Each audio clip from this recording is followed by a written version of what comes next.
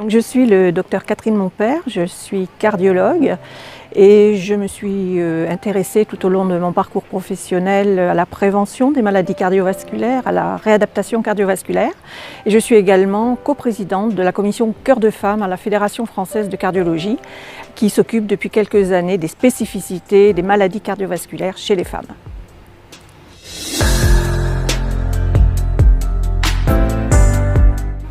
Eh bien, il y a urgence.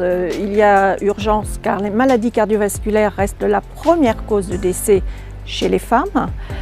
Bien qu'on ait enregistré une nette réduction de la mortalité cardiovasculaire au cours de la dernière décennie, c'est de plus de 50%, cette réduction de la mortalité est bien moindre chez les femmes les plus jeunes, ce qui est inquiétant.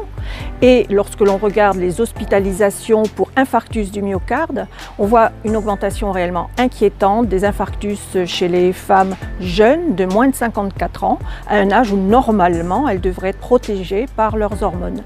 Et tout cela bien sûr légitime cette commission avec emphase sur les maladies cardiovasculaires chez les femmes.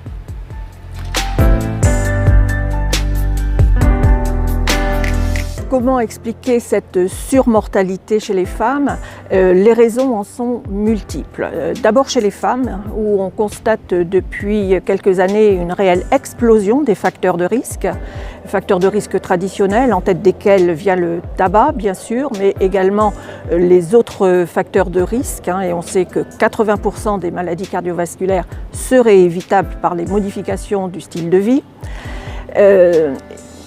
Sur risque également lié, j'allais dire, à des manifestations plus comportementales chez les femmes, ou lors de la survenue de manifestations évoquant par exemple un infarctus du myocarde, elles vont être plus lentes à appeler, ayant peur de déranger. Elles vont également mettre leur santé derrière leurs contraintes familiales ou professionnelles, tout cela expliquant un retard de prise en charge. Et puis également, il y a une sous-estimation du risque, particulièrement chez les femmes les plus jeunes qui ne se sentent pas concernées par les maladies cardiovasculaires. Concernant les professionnels de santé aussi, il y a des manquements, j'allais dire, dans la prise en charge. La formation initiale des médecins ne prend pas tellement en compte les spécificités cardiovasculaires de ces maladies. Une douleur thoracique chez une femme, on aura tendance à orienter vers un stress, par exemple, alors que chez un homme, on pensera plus spécifiquement à une maladie cardiovasculaire. Et tout cela fait que les femmes sont souvent tardivement hospitalisées, par exemple, pour un infarctus. Elles sont également sous-traitées, c'est-à-dire que lorsque l'on regarde les examens qui sont faits, coronarographie, revascularisation, le nombre est moindre que chez les hommes. Et enfin, après l'infarctus, elles sont moins souvent adressées en réadaptation, à peine une femme sur 4, et on sait que la réadaptation va améliorer le pronostic avec une réduction de 26% de la mortalité cardiovasculaire. Donc ne pas adresser ces femmes en réadaptation, c'est une réelle perte de chance.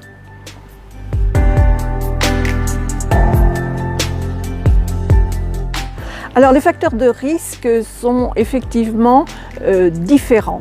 Alors différents d'abord en ce qui concerne les facteurs de risque dits traditionnels. Par exemple, à tabagisme égal, vous allez avoir un surrisque de maladies cardiovasculaires chez les femmes de 25%.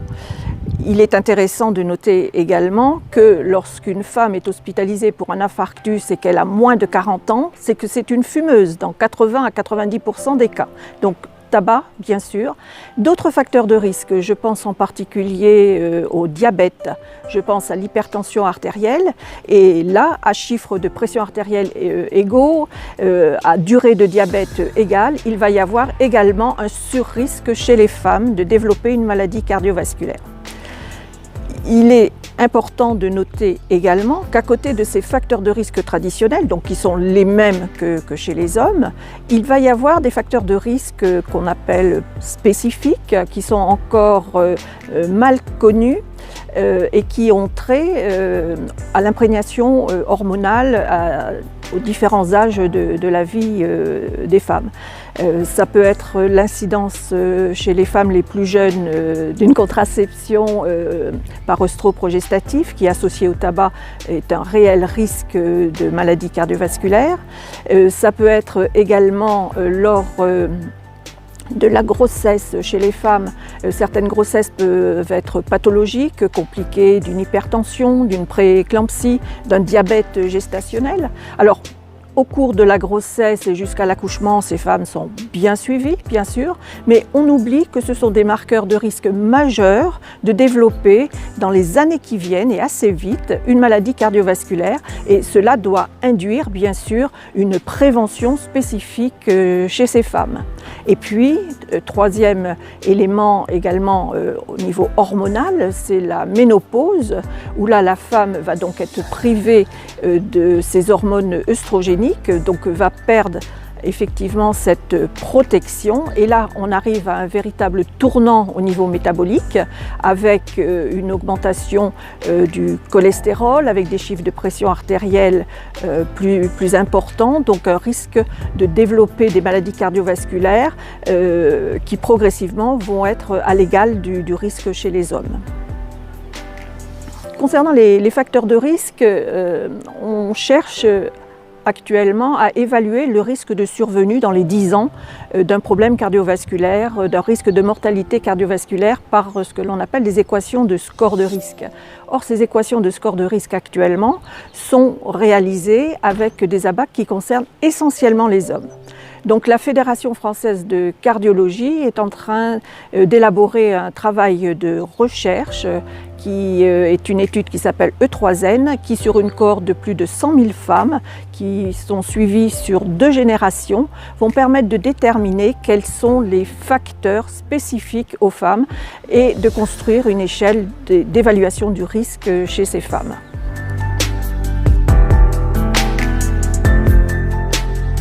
Alors effectivement, on lit souvent que les symptômes chez la femme sont complètement différents. C'est une information qui fait le buzz un peu dans les médias, mais qui ne traduit pas la réalité. Lorsque l'on reprend effectivement la bibliographie concernant les douleurs chez les femmes, dans 80 à 90% des cas, et surtout chez les femmes les plus jeunes, vous allez retrouver les mêmes douleurs que chez les hommes. Une douleur au niveau de la poitrine rétrosternale, qui est constrictive, qui peut irradier dans la mâchoire, dans l'épaule, et qui donc a les mêmes signes que chez les hommes.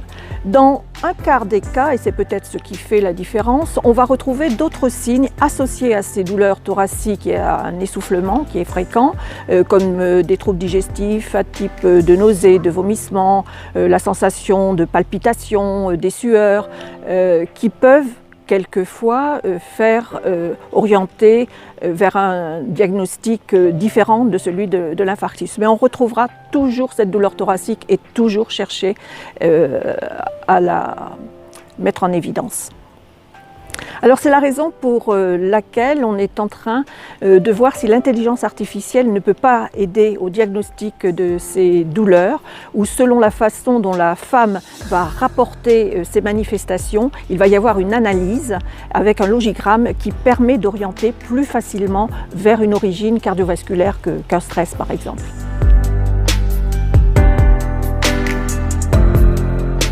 Alors les examens conventionnels, lors effectivement d'un dépistage de maladies cardiovasculaires, peuvent effectivement tout à fait donner des diagnostics comme chez les hommes, qu'il s'agisse d'abord d'une évaluation du risque, bien sûr d'un électrocardiogramme, de tests à l'effort couplés à une imagerie comme un échocardiogramme, comme un IRM par exemple, voire aller jusqu'à la coronarographie si vraiment on a un doute important. Donc effectivement, il faut simplement les demander et y penser, et je pense que c'est surtout là que ça pêche. Lorsque l'on est en phase aiguë d'un infarctus, quelquefois la coronarographie peut, à tort, orienté vers un diagnostic de douleurs non coronariennes, parce qu'il existe effectivement une nouvelle entité qu'on appelle les INOCA et les MINOCA, enfin globalement ce sont des infarctus ou des ischémies, mais sans lésion obstructive des coronaires, c'est-à-dire lorsque l'on va faire un examen coronarographique, on ne retrouve pas des lésions, mais ce sont des lésions en fait qui ne sont pas visibles à la coronarographie parce qu'elles intéressent la microcirculation du muscle cardiaque. Et donc c'est quelque chose que l'on connaît maintenant, et avant on disait ben oui, elle a des douleurs, mais la coronarographie est normale, donc c'est pas d'origine cardiaque. Maintenant on sait, on a des possibilités d'examen et de diagnostic qui permettent de rapporter ces douleurs effectivement à ces nouvelles entités. Et puis il y a des infarctus aussi spécifiques aux femmes. Je pense en particulier à ce qu'on appelle les dissections spontanées coronaires, qui sont des déchirures finalement de la paroi interne des coronaires qui engendrent des infarctus, que l'on voit chez les femmes jeunes, qui peuvent survenir au décours d'un stress émotionnel majeur, qui peuvent également survenir au cours d'un effort important, et on peut en voir par exemple au cours des accouchements, et qui sont effectivement retrouvés plus spécifiquement bien sûr chez les femmes. Et puis il y a d'autres manifestations, je pense à ce qu'on appelle le Takotsubo, qui est un infarctus dit du cœur brisé, qui survient là souvent chez des femmes un peu plus âgées, là aussi au décours de stress majeurs. Ce sont des infarctus majeurs, mais qui régressent en l'espace de 2 à 3 jours et qui sont liés effectivement à des anomalies au niveau des récepteurs de catécholamine au niveau du cœur, liés effectivement au stress. Et là on voit bien les liens entre le cerveau et les pathologies cardiovasculaires qu'on retrouve dans 80-90% chez les femmes uniquement de ces syndromes de Takotsubo ou de dissection coronaire.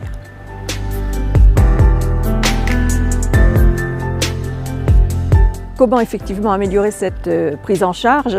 Eh bien, il y a plusieurs moyens.